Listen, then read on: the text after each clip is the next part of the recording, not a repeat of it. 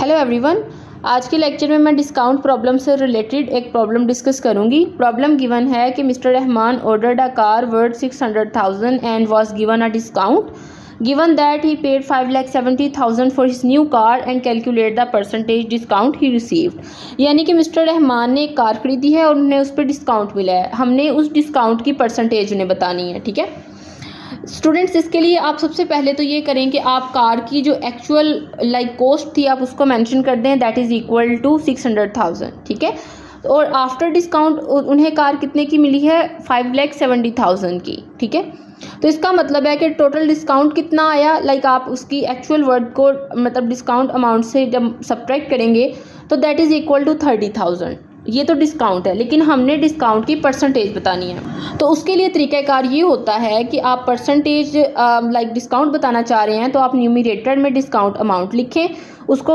Actual उसकी जो total cost थी उससे आप डिवाइड कर दें। आपने अब परसेंटेज फाइंड करनी है तो आप इसको 100% से मल्टीप्लाई भी कर दें। जब आप इसको फर्दर सिंप्लीफाई करेंगे तो आपके पास जो आंसर आएगा दैट इज़ इक्वल टू 5%, यानी कि उन्हें कार ख़रीदने पे 5% डिस्काउंट मिला है। That is option number A. ठीक है, and this is your required answer.